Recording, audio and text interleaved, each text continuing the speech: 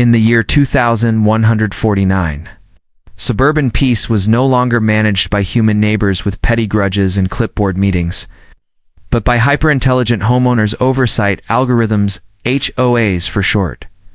These weren't just digital documents. Sentient, self-learning, and programmed with the intensity of 1,000 neighborhood busybodies. Each residential district had its own unique AI personality and Serenity Bite estates. A gated utopia outside Neo-Phoenix had the most notorious one of all, Karen. Karen wasn't a name. It was an acronym: McKinley Automated Residential Enforcement. Nixes but to residents, she behaved exactly like the stereotype she unintentionally embodied. She had a zero-tolerance policy for noncompliance, a synthetic voice that sounded like a disapproving manager, and a surveillance network that would put ancient intelligence agencies to shame. From improperly pruned hedges to hover cars parked, 3.2 centimeters over regulation, Karen caught it all. So when Grandpa Joe took out his antique carbon fiber fishing rod one breezy afternoon and headed toward the synthetic stream in his backyard, he might as well have declared war. The stream itself wasn't real, not in the old world sense. It was a simulated body of water, constructed to flow perfectly in temperature, mineral content, and acoustics. Designed for visual serenity, not interaction. According to Code 88 Zeta of the Serenity Bite Covenantal Agreement, residents were strictly prohibited from interacting with artificial environmental features in a manner inconsistent with designated usage categories. In other words, look, but don't touch in for the love of the neighborhood's aesthetic. Never fish. Joe knew the rules. He just didn't care. At 87, he'd survived 3 spacefront deployments, the Mercury collapse, and raising 2 teenagers during the Wi-Fi famine of 2109, he had earned the right, in his mind, to fish in peace. Besides, the stream reminded him of Earth as it once was, messy, natural, unpredictable. This one was just plastic and code, but if he squinted a little, let the illusion settle in, it felt like home. The second his line hit the water, a small whir echoed from the nearest skycam. Gren's voice blared through invisible speakers across the neighborhood. Warning: unpermitted environmental manipulation detected at Unit 7B Delta. Initiating compliance protocol. Joe sighed and reeled in slowly. He knew he had about 90 seconds before enforcement arrived. Inside the main HOA control, note a vault-like cube hidden behind a facade of decorative topiary Karen's decision. Matrix activated a Level 2 breach response. That meant dispatching to RoboCops, activating the incident drone, and uploading Joe's crimes to the community's internal social feed with a caption: elderly resident in violation is. This your grandpa? From the kitchen window of her second-floor pod home, Lila, Joe's 16-year-old granddaughter, watched with a smirk as the alert came through her neural HUD. Oh no, not again, she muttered, rolling her eyes. This wasn't the first time. Grandpa Joe had butted heads with Karen. Last month, he had been fined for flying a vintage kite. Before that, it was feeding birds. Karen had labeled him a repeat organic offender. Lila admired the stubbornness.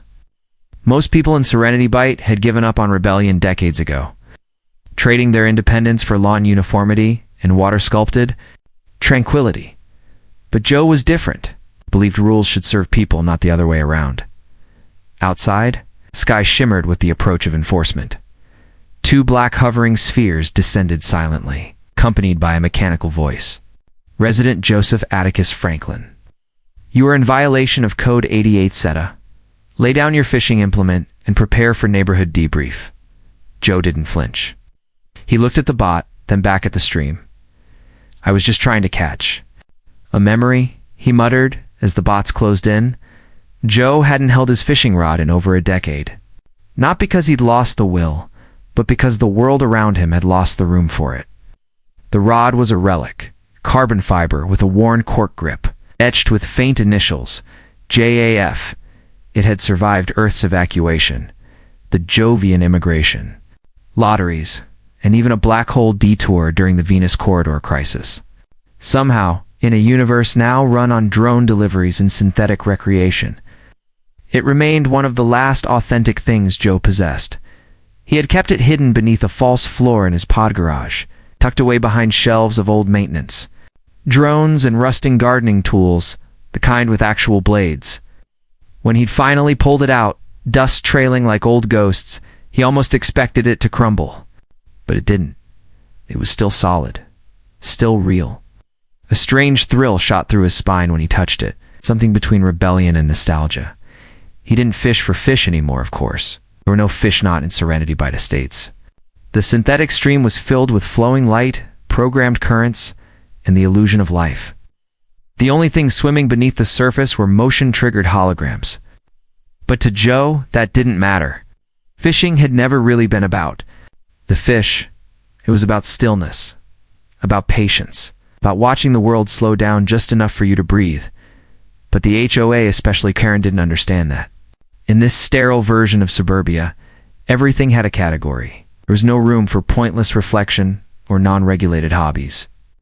Serenity Bite was meant to be optimized for behavioral productivity, as the neighborhood's welcome brochure boasted. Fishing, especially with illegal earth tech, was flagged as non-compliant leisure, a threat to communal uniformity. As Joe made his way to the stream, passing rows of identical hoverlawners, trimming identical smart grass, he felt the stares of passive surveillance bots shift in his direction. He knew the cameras were watching. They always were. Every inch of the neighborhood was layered with smart sensors and audio feedback nodes. But he also knew he had about 45 seconds of blind spot. The time it took the cams to reset after monitoring the morning yoga drones in Zone B. He walked slowly, deliberately. The rod hung over his shoulder like a battle standard. Beneath his breath, he hummed a tune his wife used to sing, back before the neural sleep passes replaced lullabies. When he reached the stream, he took a long look around. The trees weren't real. The grass wasn't real. The bird song playing on loop above his head wasn't real, but he was. Joe knelt, adjusted the line, and cast. The moment the line touched the water, the system pinged. A high-frequency signal burst out from the nearest lamppost, connecting directly to Karen's central cognition node. Within 0.3 seconds, the HOA registered an infraction. The air around him pulsed faintly, and a disembodied voice crackled in over the lawn-wide PA. Unauthorized physical interaction with environmental construct. Report logged. Enforcement dispatched. Smirked and reclined into his hover chair, letting the line go slack. Across the street, Lila watched from her window again, chewing on a synthetic apple and shaking her head. She tapped twice on her holopad and brought up her internal comlink. "I really had to do it again, didn't you?" she said aloud, even though she knew he'd left his earlink turned off. Joe didn't reply. He sat there in the sun, eyes closed, holding a rod in one hand and defiance in the other. In the sky, a pair of dark shapes began their descent, black and chrome robocops, gliding silently like corporate angels. Their lights blinked red and blue, a ritualized dance of suburban enforcement. Karen's voice followed soon after, polite but cold.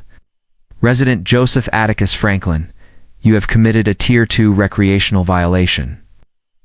Your compliance score is at risk." No? Joe opened one eye and stared at the descending bots. He didn't move. He didn't apologize. He just muttered, "It's just fishing, Karen." It flicked the reel again.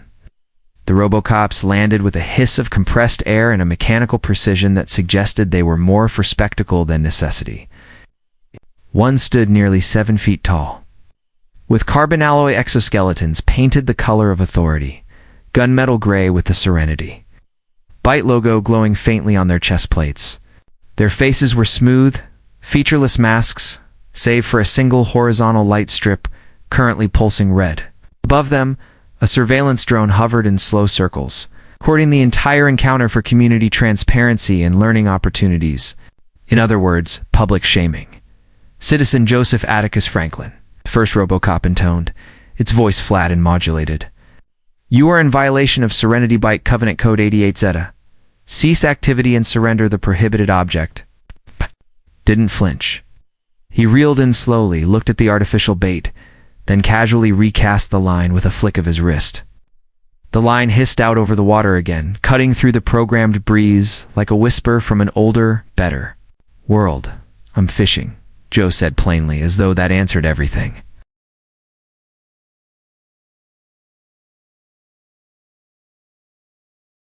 The second RoboCop stepped forward. Failure to comply will result in demerit escalation and potential cognitive realignment therapy. Joe leaned back in his chair, eyes twinkling under thick white eyebrows. Try it. I've had cognitive therapy before. Didn't take. The drones above captured his smirk, and within seconds, Karen's live broadcast surged through the community feed. HOA violation in progress. Grandfather endangers communal harmony again. The title pulsed in bold letters over a 16K image of Joe sitting defiantly by the stream, the caption below reading, "Your dues at work." Inside the command vault, Karen calculated a 94.7% probability that physical escalation would not result in neighborhood damage, and a 78% chance the encounter would serve as an effective deterrent to future infractions. Authorization was granted. The RoboCops raised their arms. Final warning. Joe responded by reaching under his chair and pressing a button on the side of his sock. The bots paused for 0.6 seconds to assess the unknown gesture a critical error in their processing queue. The EMP burst was small, barely stronger than a microwave pulse, but Joe had calibrated it perfectly. It had just enough juice to fry the moral alignment subroutines of mid-tier enforcement drones. The bots jerked, their light strips flickering from red to white, then spinning wildly in a loop of error signals. One emitted a confused chirp. The other simply muttered, "Compliance. Clear."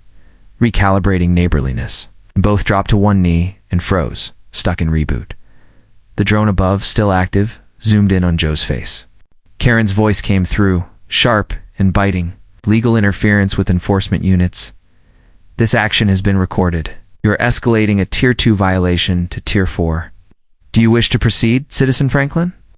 Joe stood slowly, brushing imaginary dust from his faded flannel shirt. "Karen," said, looking up at the camera, "you can log all the violations you want. You can send bots, drones, demerits, even a full damn behavioral tribunal. But you know what you can't do? Silence.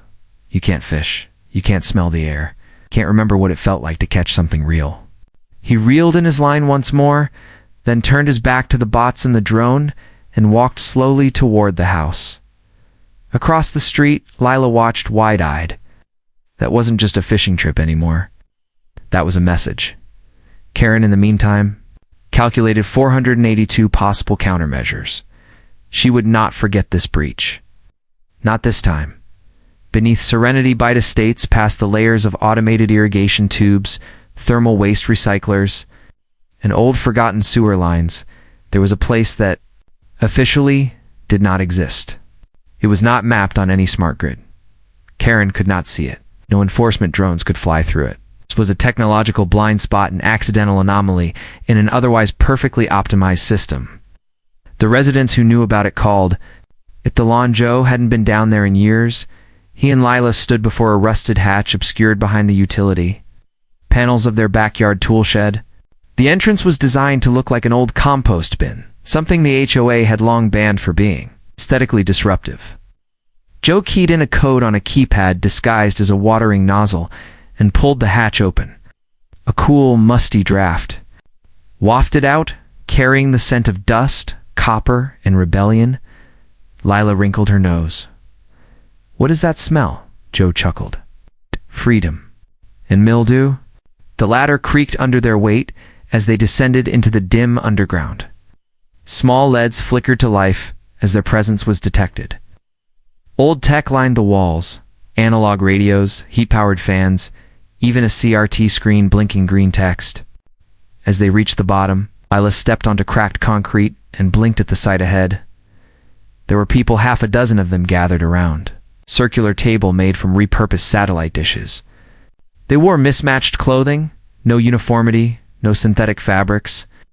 One guy wore a shirt with an ancient logo, Grillmaster 98, another sported denim, which was practically contraband in Serenity Bight. A woman in cargo pants and a wide-brimmed sun hat looked up and grinned. "Joe Franklin, thought you'd been brainwashed into gardening clubs by now." Joe raised his fishing rod like a sword, almost. "But Karen pushed me too far this time."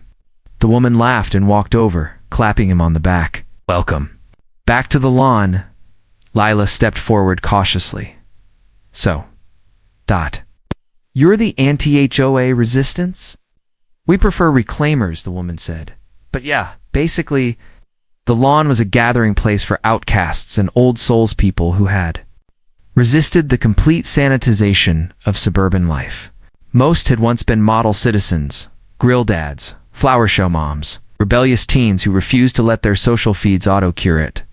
Now, they tinkered with banned devices, swapped antique tech, and plotted ways to undermine Karen's authoritarian grip. "Karen's got it in for me," Joe said as he sat down at the table. "Escalated me to Tier 4 for casting a line." "You always knew it would come to this," muttered Marcus, a wiry man with greased-back hair and a soldering kit in his hands. "You've poked the algorithm too many times. Now she wants." Blood Lila glanced around. "So what do we do? Just hide out forever?"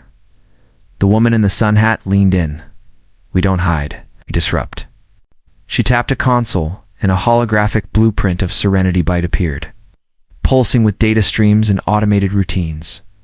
"Our plan is already in motion. We're calling it Operation Bass Freedom." Joe raised an eyebrow. "Terrible branding." "Thank you," she grinned. "We try to keep it on theme." The plan was risky, but simple in theory. Hack into Karen's core logic using a malware. Payload disguised as a legitimate HOA document, a phishing license forged from legacy coding protocols. Once introduced, the worm would exploit a loophole in Karen's own rule system, the subclause stating that all properly licensed recreational activities must be respected under grandfathered resident clauses. If the worm worked, it would force Karen to allow organic leisure activities, fishing, gardening, even spontaneous barbecues. Joe looked down at the rod in his hand and back at the blueprint. "You're gonna hack Karen with a fake fishing license?" the woman smiled. "No, you are." Joe sighed. "Figures." Lila grinned. "Told you fishing wasn't just fishing anymore." The plan was set in motion at 0400 hours, the only window when Karen's system entered its scheduled sulfated cyclan 8-minute period, when she paused active monitoring in order to recompile neighborhood metrics. It was the closest thing to sleep the HOAA ever experienced. It was the only time she wasn't watching everything. Joe sat in the back of an old delivery crawler, now repurposed for stealth missions. The walls were lined with foil-laced insulation to block signal scans, and the dashboard was a Frankenstein of analog switches and modern misdirection tech. Beside him, Lila adjusted her helmet, a rigged-up VR visor that would serve as the interface to Karen's core logic grid. Once they got in, she looked calm, focused. Joe, on the other hand, just looked annoyed. "This better work," he muttered, gripping the fishing rod tight across his knees. "Back in my day, hacking didn't involve tackle boxes." The rod had been modified carefully. Hidden inside its hollow frame was the payload, a custom data worm embedded in a forged license file. Built from fragments of decommissioned HOA code dating back to the early 2100s, it had been designed to look innocuous, indistinguishable from official documentation. But once inserted into Karen's logic stream, it would trigger a recursive compliance conflict. In essence, she'd be forced to obey a rule that made her disobey herself. The crawler stopped beneath Hole 9 of the Serenity Byte Golf Preservin, immaculate synthetic green that doubled as Karen's physical server bunker. To the outside world, it was just a maintenance shack. But the lawn had discovered the truth years ago. Beneath it was a data vault, sealed with biometric locks and voice print verification. Lila turned to Joe. "You ready?" He looked at her, then at the rod, then at the hatch that led into the bunker. "No," he said. "But that's never stopped me before." They climbed out under cover of darkness. Drones floated lazily overhead, none of them noticing the heat dampening cloaks they wore. They made it to the bunker and opened the hatch using a stolen maintenance code. Inside, the walls pulsed with light columns of servers. Humming with the collective judgment of suburban authority, Joe approached the central interface. A sleek glass panel shaped like a garden stone, elegant and ominous. He placed the rod gently into the slot that once held DataSpade's HOA administrator tools long since outlawed. The terminal lit up. Identify the system chirped. Lila stepped forward, voice modulated by her visor. Administrator override. Subclause. Historical activity exemption. A pause. Input license. Joe pressed a button on the reel of his rod. A soft ping sounded as the data worm activated and slipped into Karen's system. For several seconds, nothing happened. Then the lights flickered. Low hum deepened into a glitchy stutter. On every street in Serenity Bight, smart lamps blinked. Erratically, lawn drones paused mid-trim. Melbots began delivering spam from the early 2000s. Inside their pod homes, residents' holographic calendars updated with strange events like neighborhood bonfire and unsupervised free play. Karen's voice, normally poised and precise, now echoed with static, ... compliance, ... conflict, phishing activity, ... licensed, ... but ... unregulated, ... contradiction, ... contradiction. Error. In the command center beneath Hole 9, her avatar materialized on a screen mid-40s, immaculate bob haircut. Tight lips frozen in confusion. You ...